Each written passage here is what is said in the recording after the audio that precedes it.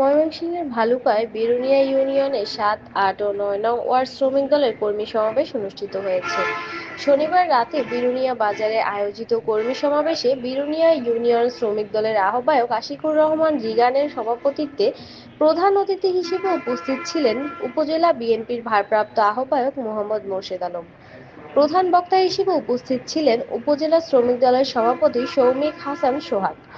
বিশেষ বক্তা হিসেবে উপস্থিত ছিলেন উপজেলা শ্রমিক দলের সাধারণ সম্পাদক শাহ মোহাম্মদ সুজন।